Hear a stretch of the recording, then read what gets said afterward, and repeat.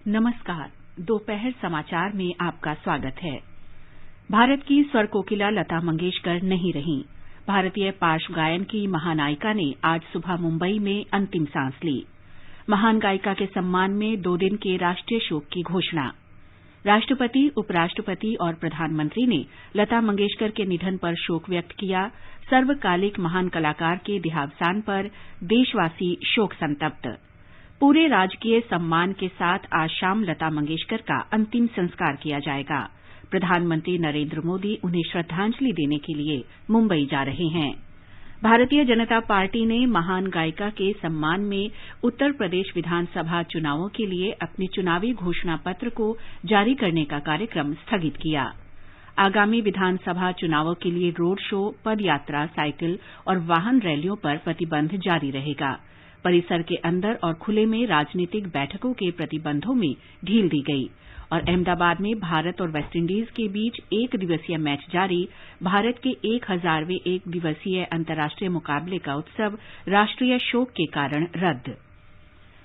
दोपहर समाचार में अलका सिंह के साथ मैं नीलम मलकानिया। कोरोना वायरस के नए स्वरूप ओमिक्रॉन से चिंताएं बढ़ी हैं। श्रोताओं से हमारी अपील है कि वे सतर्क रहें और पूर्ण टीकाकरण कराएं। 15 से 18 वर्ष के किशोरों और अन्य लोगों के टीकाकरण में भी मदद करें। सुरक्षित रहने के लिए कृपया इन 3 सरल उपायों का पालन अवश्य करें।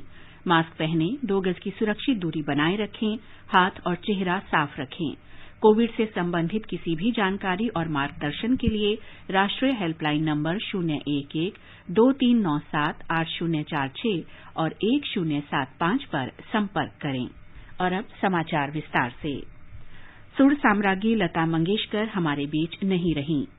उनका आज मुंबई के ब्रीच कैंडी अस्पताल में निधन हो गया। 92 वर्षीय लता मंगेशकर को कोरोना संक्रमण और निमोनिया से पीड़ित होने के बाद 8 जनवरी को अस्पताल में भर्ती करवाया गया था।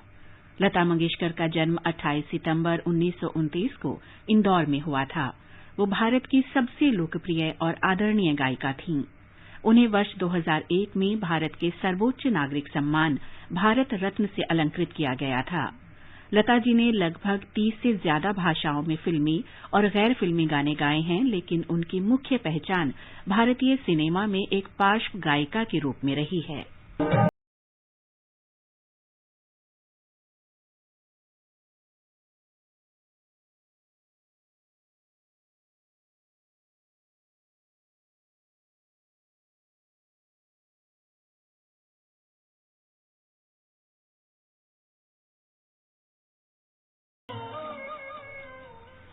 राष्ट्रपति रामनाथ कोविंद, उपराष्ट्रपति एम वेंकैया नायडू, प्रधानमंत्री नरेंद्र मोदी और अन्य गणमान्य व्यक्तियों ने लता मंगेशकर के निधन पर शोक व्यक्त किया है। राष्ट्रपति ने ट्वीट संदेश में कहा है कि लता जी का निधन उनके लिए हृदय विदारक है। उन्होंने कहा कि लता जी जैसा कलाकार शताब्दियों में एक बार जन्म लेता है। वे उनसे जब भी मिले, वे गर्मजोशी से भरी मिलीं। उन्होंने कहा कि लता जी एक असाधारण शख्सियत थीं। उन्होंने कहा कि एक दिव्य आवाज आज हमेशा के लिए शांत हो गई, लेकिन वो अनंत काल तक गूंजती रहेगी और अमर रहेगी। राष्ट्रपति ने लता मंगेशकर के परिवार और प्रशंसकों के प्रति संवेदनाएं व्यक्त की। उपराष्ट्रपति श्री वेंकैया नायडू ने अपने ट्वीट संदेश में कहा कि वे भारतीय सिनेमा की कोकिला और महान गायिका लता मंगेशकर के निधन से अत्यंत दुखी हैं। उन्होंने कहा कि भारत ने लता जी के निधन से अपनी वो मधुर आवाज खो दी है, जिसने दशकों तक भारत और पूरी दुनिया में संगीत प्रेमियों को मंत्रमुग्ध किया था। प्रधानमंत्री नरेंद्र मोदी ने कहा कि लता जी के गीतों ने कई तरह की भावनाओं को उकेरा। उन्होंने दशकों तक भारतीय फिल्म जगत के बदलावों को करीब से देखा। फिल्मों से परे वे हमेशा भारत के विकास के बारे में भावुक थीं। वो हमेशा एक मजबूत और विकसित भारत देखना चाहती थीं। श्री मोदी ने कहा कि उन्हें हमेशा लता दीदी से अपार स्नेह मिला, जिसके लिए वे सम्मानित महसूस करते हैं। लता मंगेशकर के साथ उनकी बातचीत हमेशा अविस्मरणीय रहेगी। प्रधानमंत्री ने कहा कि लता जी के निधन से उन्हें जो दुख पहुंचा है, उसे वो शब्दों में बयान नहीं कर सकते। श्री मोदी ने उनके परिवार से बातचीत की और अपनी संवेदना व्यक्त की। उन्होंने कहा कि लता जी के जाने से जो खालीपन आया है, उसे भरा नहीं जा सकता। आने वाली पीढ़ियां उन्हें भारतीय संस्कृति की वाहक के रूप में हमेशा याद रखेंगी। गृहमंत्री अमित शाह ने अपने शोक संदेश में कहा कि लता जी ने अपनी मधुर और मंत्रमुग्ध करने वाली आवाज से न केवल भारत में बल्कि दुनिया भर में हर पीढ़ी को भारतीय संगीत की मिठास से भर दिया। संगीत की दुनिया में उनके योगदान को शब्दों में बयां करना संभव नहीं है। उन्होंने कहा कि लता जी का निधन उनके लिए व्यक्तिगत क्षति है। केंद्रीय मंत्री नितिन गडकरी ने कहा कि उन्हें लता जी का संगीत बहुत प्रिय है। जब भी समय मिलता है वे उनके गाए गीत सुनते हैं। स्वर्गीय लता मंगेशकर जी हमारे देश के संगीत युग का एक इतिहास था। उन्होंने अपने स्वरों से हिंदुस्तान में ही नहीं तो पूरे दुनिया में भारत का नाम ऊंचाई पर पहुंचाया था। अनेक भाषाओं में उन्होंने गाने गाए हैं और विश्व का रिकॉर्ड उन्होंने पूरा मेरे और उनके परिवार के और उनसे व्यक्तिगत रूप से स्नेह था। उनका बहुत प्रेम था हम सबके प्रति और उनके जाने से देश की भी हानि हुई है, संगीत क्षेत्र की भी हानि हुई है। लोकसभा अध्यक्ष ओम बिरला और रक्षा मंत्री राजनाथ सिंह और अन्य नेताओं ने स्वर कोकिला लता मंगेशकर के निधन पर शोक व्यक्त किया है। भारतीय जनता पार्टी के अध्यक्ष जगत प्रकाश नड्डा ने कहा कि लता मंगेशकर हर संगीत प्रेमी के दिल में बसती हैं। उनका निधन संपूर्ण कला जगत के लिए अपूरणीय क्षति है। सूचना और प्रसारण मंत्री अनुराग ठाकुर ने कहा है कि लता जी की जादुई आवाज अमर रहेगी और हर जगह गूंजती रहेगी, चाहे वे देश की सीमाएं हों या प्रार्थनाएं। कांग्रेस नेता राहुल गांधी ने अपने शोक संदेश में कहा है कि लता जी की मधुर आवाज हमेशा प्रशंसकों के दिलों में गूंजती रहेगी। उन्होंने लता जी के परिवार, मित्रों और प्रशंसकों के प्रति अपनी संवेदनाएं व्यक्त की। दिल्ली के मुख्यमंत्री अरविंद केजरीवाल ने कहा है कि लता जी के निधन से भारत में संगीत के एक युग का अंत हो गया है। केंद्र सरकार ने लता मंगेशकर के सम्मान में 2 दिन के राजकीय शोक का फैसला किया है। इस दौरान देश भर में राष्ट्रीय ध्वज झुका रहेगा और मनोरंजन के कार्यक्रम नहीं होंगे। बिहार के राज्यपाल फागू चौहान और मुख्यमंत्री नीतीश कुमार ने प्रसिद्ध पार्श्व गायिका लता मंगेशकर के निधन पर गहरा दुख व्यक्त किया है। लता मंगेशकर को श्रद्धांजलि देते हुए श्री चौहान ने कहा कि महान गायिका ने कई पीढ़ियों को मंत्रमुग्ध किया है और उनकी मधुर आवाज युगों तक गूंजती रहेगी। महाराष्ट्र के विभिन्न नेताओं और विख्यात व्यक्तियों ने लता मंगेशकर के निधन पर शोक व्यक्त किया है। महाराष्ट्र के मुख्यमंत्री उद्धव ठाकरे ने कहा कि लता दीदी के जाने से स्वर के एक युग का अंत हो गया है। विधानसभा में विपक्ष के नेता देवेंद्र फडणवीस ने कहा कि लता जी का जाना उनके लिए एक बड़ी व्यक्तिगत क्षति है। प्रसिद्ध फिल्म अभिनेत्री हेमा मालिनी ने कहा कि ये उनका सौभाग्य है कि उन्हें लता जी के गाए गीतों पर प्रस्तुति देने का मौका मिला। इतनी मधुर आवाज, इतने ऐसे एक कलाकार इतने अच्छे अच्छे गाने गाए हैं उनके करियर में। मैंने भी 200 पिक्चर से ज्यादा काम किया है इस फिल्म इंडस्ट्री में। उसमें जितने भी हिट पिक्चर्स थे, जो हिट ना होने पर भी उन्होंने कितना गाना मेरे गाया है। तो ये मेरा सौभाग्य है कि ऐसे एक कलाकार के संगीत गीत जो उन्होंने गाया उसके ऊपर मेरा परफॉर्म करने का अवसर मिला। स्वर कोकिला लता मंगेशकर का पार्थिव शरीर बीच कैंडी अस्पताल से उनके आवास प्रभु कुंज पर ले जाया गया है। हमारे संवाददाता ने बताया है कि पार्थिव शरीर को दोपहर 3 बजे तक यहां रखा जाएगा और उसके बाद अंतिम संस्कार के लिए दादर के शिवाजी पार्क ले जाया जाएगा। भारत रत्न लता मंगेशकर का आज सुबह 8:12 पर मुंबई के निजी अस्पताल में निधन हो गया। 28 दिन पहले उनकी कोरोना टेस्ट पॉजिटिव आई। उन पर ट्रीटमेंट कर रहे डॉक्टर प्रतीक समदानी ने कहा कि मल्टीपल ऑर्गन फेलियर के कारण उनका आज निधन हो गया। आज सुबह 8:12 पे हमारी दीदी का निधन हो गया है। वो मल्टी ऑर्गन फेलियर के कारण नहीं रही। उन्हें 28 दिनों के ऊपर हो गया है कोविड डायग्नोसिस। लता दीदी के निधन के कारण देश भर में उनके चाहने वाले शोक में डूबे हुए हैं। शाम तक उनके चाहने वाले उनका अंतिम दर्शन ले सकते हैं। उसके बाद मुंबई के शिवाजी पार्क में पूरे शासकीय सम्मान के साथ अंतिम संस्कार किए जाएंगे। जीवन भावसार, आकाशवाणी समाचार, मुंबई। प्रधानमंत्री नरेंद्र मोदी लता मंगेशकर को श्रद्धांजलि अर्पित करने मुंबई जा रहे हैं। लता मंगेशकर को आकाशवाणी के कार्यक्रम बहुत पसंद थे। आकाशवाणी को दिए एक साक्षात्कार में उन्होंने बताया था कि रेडियो से उनका घनिष्ठ जुड़ाव रहा है।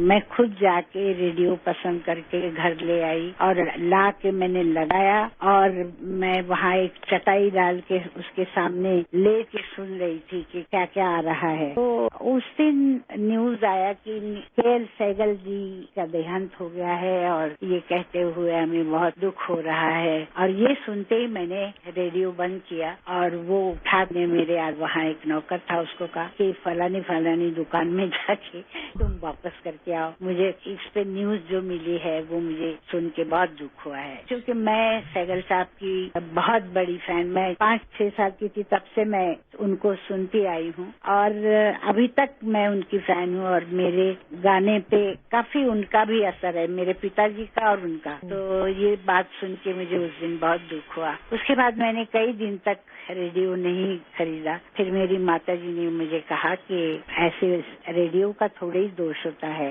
ये तो होना था, भगवान की यही मर्जी थी। फिर हमने रेडियो खरीदा और आपको ताज्जुब होगा सुन के कि उस वक्त रेडियो पे आपकी फरमाइश एक प्रोग्राम आता था और मैं उसमें लेटर लिखती थी और मैं लेटर लिख के बेगम अख्तर और सहगल साहब और मुझे जो जो अच्छे लगते थे उनके नाम लिख के भेजती थी कि उनका रिकॉर्ड बजाइए, इनका रिकॉर्ड बजाइए। और मैं फिर वो सुना करती थी बैठ के कि मेरा नाम कब आने वाला है। और मुझे मतलब बहुत एक खुशी होती थी सुन के कि लता मंगेशकर ने ये गाना फरमाइश की है इस गाने की, और वो मैं सुना करती थी। ऐसे मेरा रेडियो से मतलब काफी गहरा संबंध रहा है।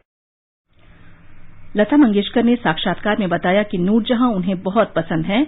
उन्होंने ये भी बताया कि उन्हें नूरजहां के साथ गाने का अवसर कैसे मिला।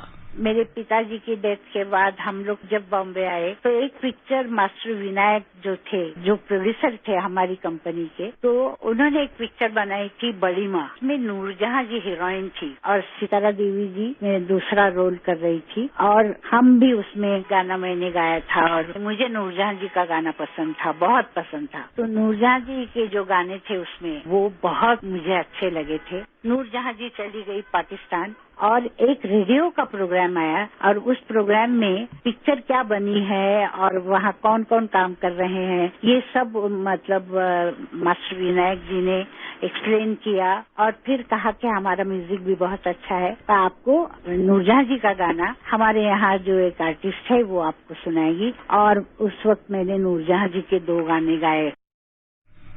स्वर साम्राज्ञी लता मंगेशकर की मधुर और दिल को छूने वाली आवाज न केवल भारत में बल्कि समस्त विश्व में दशकों से गूंज रही है और आने वाले वक्त में भी उनकी स्वर लहरियां श्रोताओं को मंत्रमुग्ध करती रहेंगी।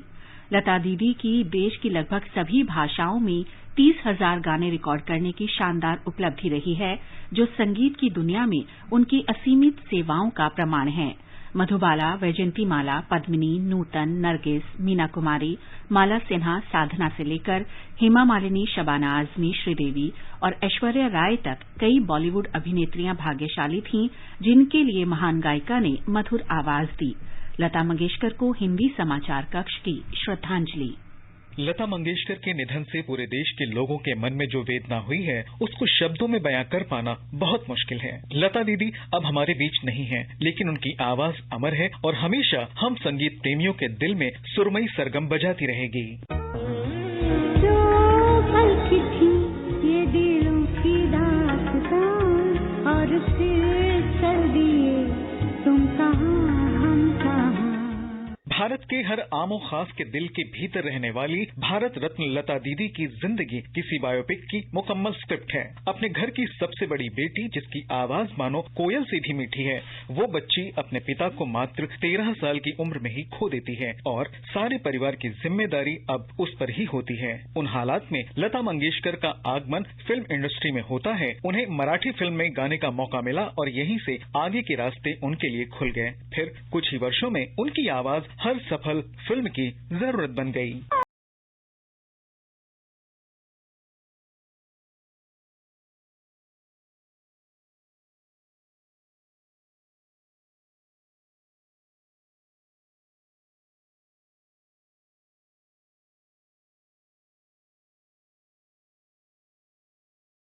परिवार को संभालने के लिए उन्होंने इतना गाया कि सर्वाधिक गाने रिकॉर्ड करने का कीर्तिमान Guinness book of world records में 1974 से 1991 तक हर वर्ष अपने नाम दर्ज कराती रहीं। लता दी ने 1942 में पहली मंगलागौर फिल्म में एक्टिंग की और कुछ फिल्मों में उन्होंने हीरो हीरोइन की बहन के रोल भी अदा किए, लेकिन एक्टिंग में उन्हें कभी मजा नहीं आया। उन्होंने मराठी फिल्मों का निर्माण किया और संगीत निर्देशन भी। उनके गानों की खूबियों पर बात करना वाकई मुश्किल काम है, क्योंकि गीत के जज्बात और नजाकत को अपनी आवाज में पिरोने में वो माहिर थीं।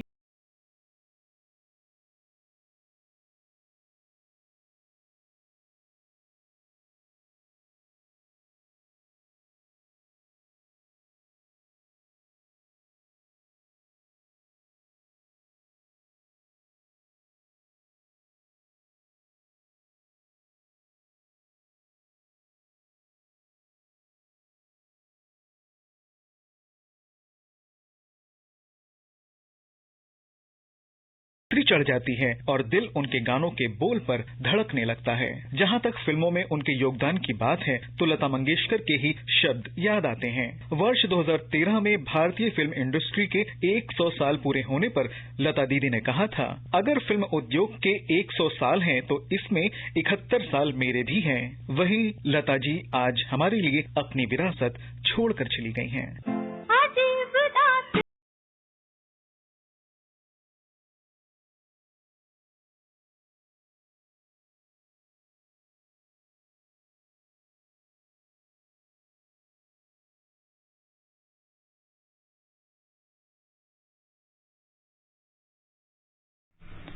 आकाशवाणी समाचार स्वर कोकिला लता मंगेशकर को श्रद्धांजलि स्वरूप आज कई विशेष कार्यक्रम प्रस्तुत करेगा।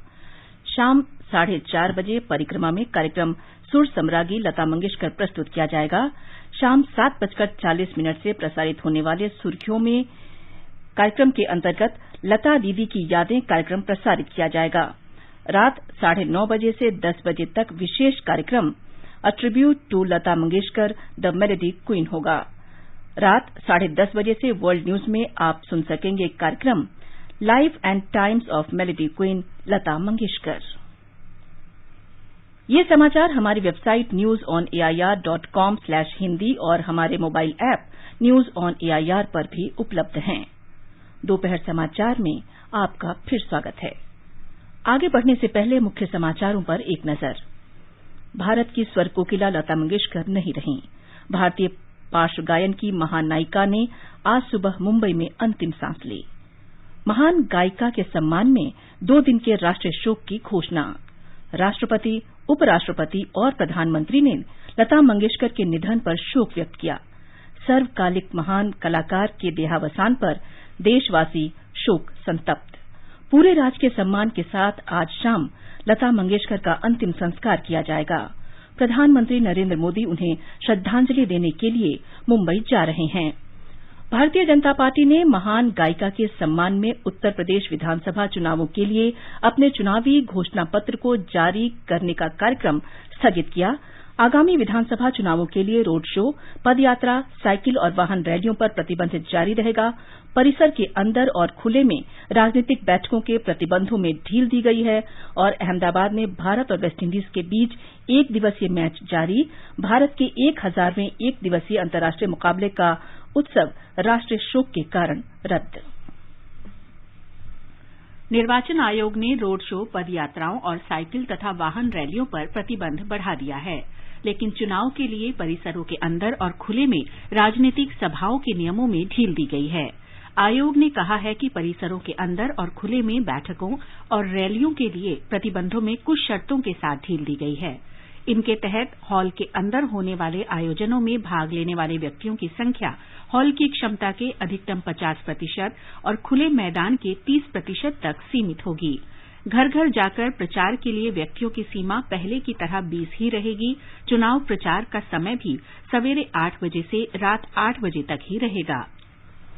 भारतीय जनता पार्टी ने लता मंगेशकर के निधन के कारण उत्तर प्रदेश के लिए अपना चुनाव घोषणा पत्र आज जारी नहीं करने का फैसला किया है। पार्टी के वरिष्ठ नेता तथा गृह मंत्री अमित शाह, मुख्यमंत्री योगी आदित्यनाथ, उप मुख्यमंत्री केशव प्रसाद मौर्य और पार्टी के प्रदेश प्रमुख स्वतंत्र देव सिंह ने लखनऊ में पार्टी कार्यालय में लता मंगेशकर को श्रद्धांजलि अर्पित करते हुए 2 मिनट का मौन रखा। उत्तराखंड में 14 फरवरी को होने वाले विधानसभा चुनाव के लिए प्रचार अभियान अंतिम चरण में है। सभी दलों ने राज्य में अपना प्रचार और तेज कर दिया है। राज्य में विधानसभा चुनाव से पूर्व देहरादून के निर्वाचन क्षेत्रों में चुनाव ड्यूटी से जुड़े 957 कर्मियों ने देहरादून में डाक मतपत्र के जरिए अपने मताधिकार का प्रयोग किया है। देहरादून जिले में उन लोगों ने भी डाक मतपत्र से वोटिंग की जो 80 वर्ष से अधिक उम्र के हैं या दिव्यांग हैं। गोवा में विधानसभा चुनाव प्रचार चरम पर है। विभिन्न राजनीतिक दलों के स्टार प्रचारक जनसभाओं को संबोधित कर रहे हैं। कोविड संक्रमण के कारण निर्वाचन आयोग के प्रतिबंधों को देखते हुए भारतीय जनता पार्टी, कांग्रेस, आम आदमी पार्टी और तृणमूल कांग्रेस के नेता घर घर जाकर प्रचार में व्यस्त हैं।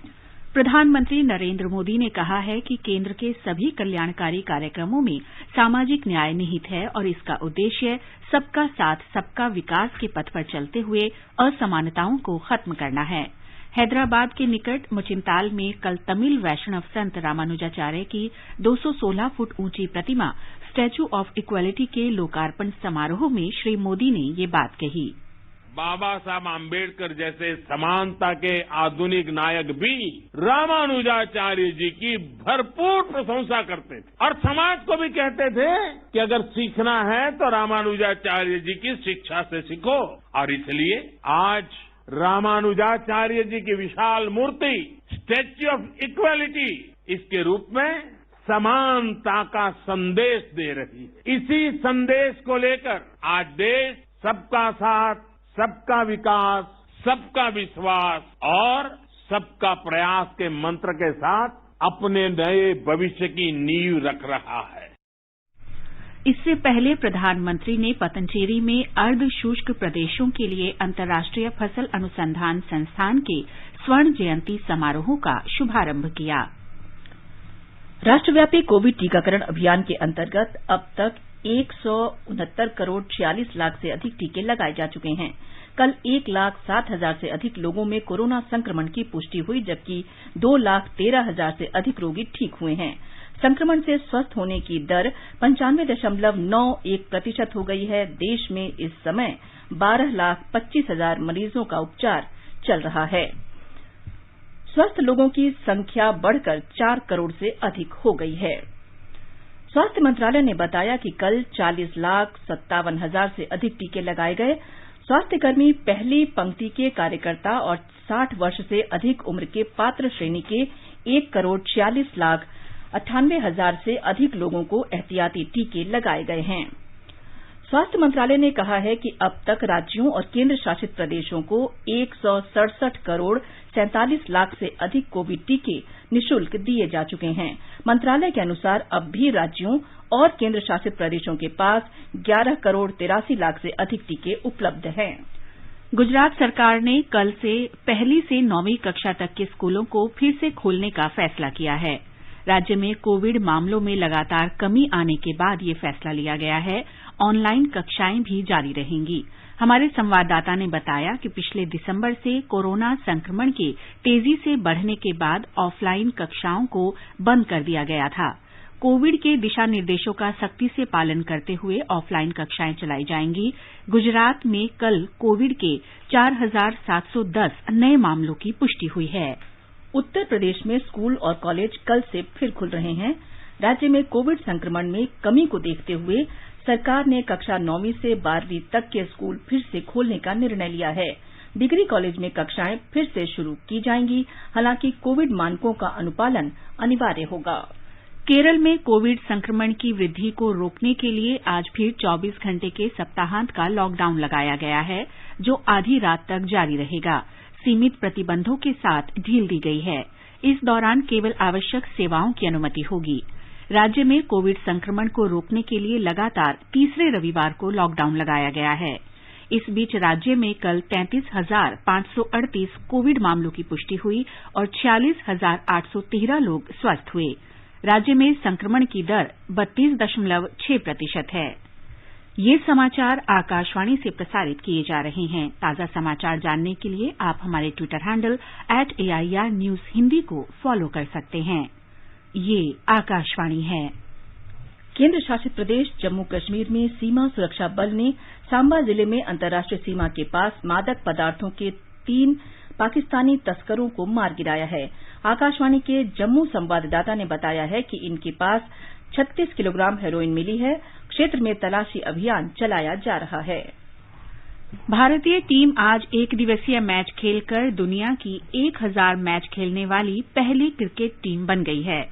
लेकिन महान गायिका लता मंगेशकर के निधन के बाद टीम इस ऐतिहासिक क्षण का जश्न नहीं मना रही है। मैच दर्शकों के बिना निर्धारित कार्यक्रम के अनुसार खेला जा रहा है। ताजा समाचार मिलने तक वेस्टइंडीज ने 3 विकेट पर 63 रन बना लिए हैं। भारत ने आज टॉस जीतकर गेंदबाजी करने का फैसला किया। उधर वेस्टइंडीज में अंडर 19 भारतीय टीम ने आईसीसी क्रिकेट विश्व कप जीत लिया है। भारत ने इंग्लैंड को 4 विकेट से पराजित किया। प्रधानमंत्री नरेंद्र मोदी ने इस सफलता के लिए भारतीय टीम को बधाई दी है। एक ट्वीट संदेश में श्री मोदी ने कहा कि उन्हें युवा क्रिकेट खिलाड़ियों पर गर्व है। भारतीय जनता पार्टी के वरिष्ठ नेता और प्रधानमंत्री नरेंद्र मोदी ने आज उत्तर प्रदेश के मथुरा, आगरा, बुलंदशहर में मतदाताओं और पार्टी कार्यकर्ताओं को संबोधित किया।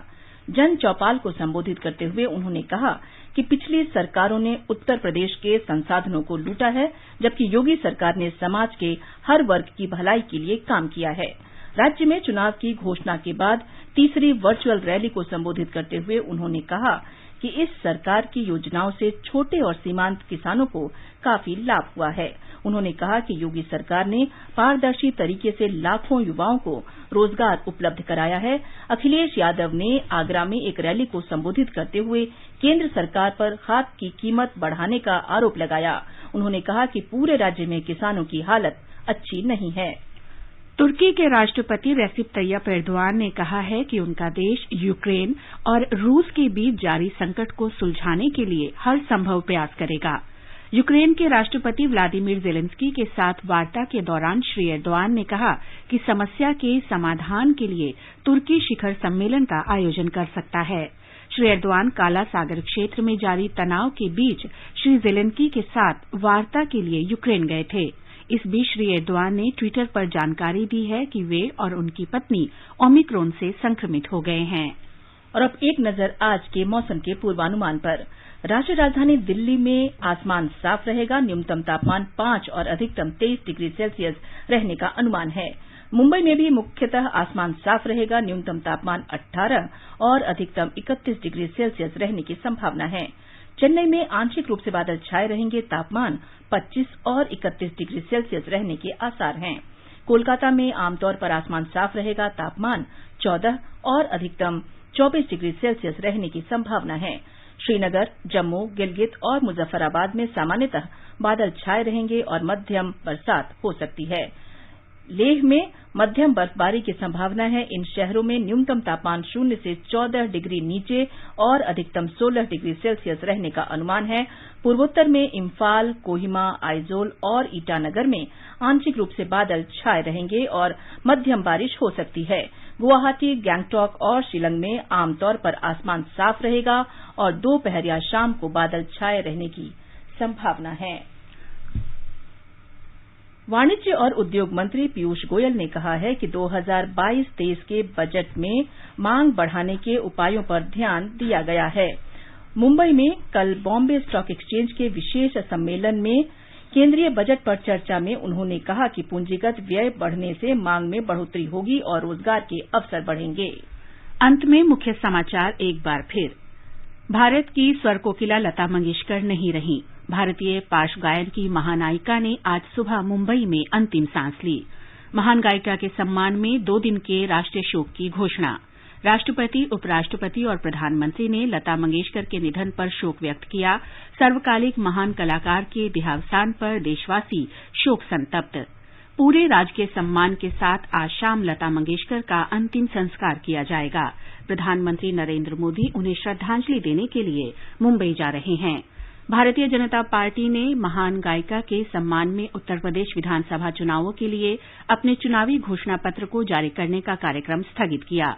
आगामी विधानसभा चुनावों के लिए रोड शो, पदयात्रा, साइकिल और वाहन रैलियों पर प्रतिबंध जारी रहेगा और अहमदाबाद में भारत और वेस्टइंडीज के बीच 1 दिवसीय मैच जारी।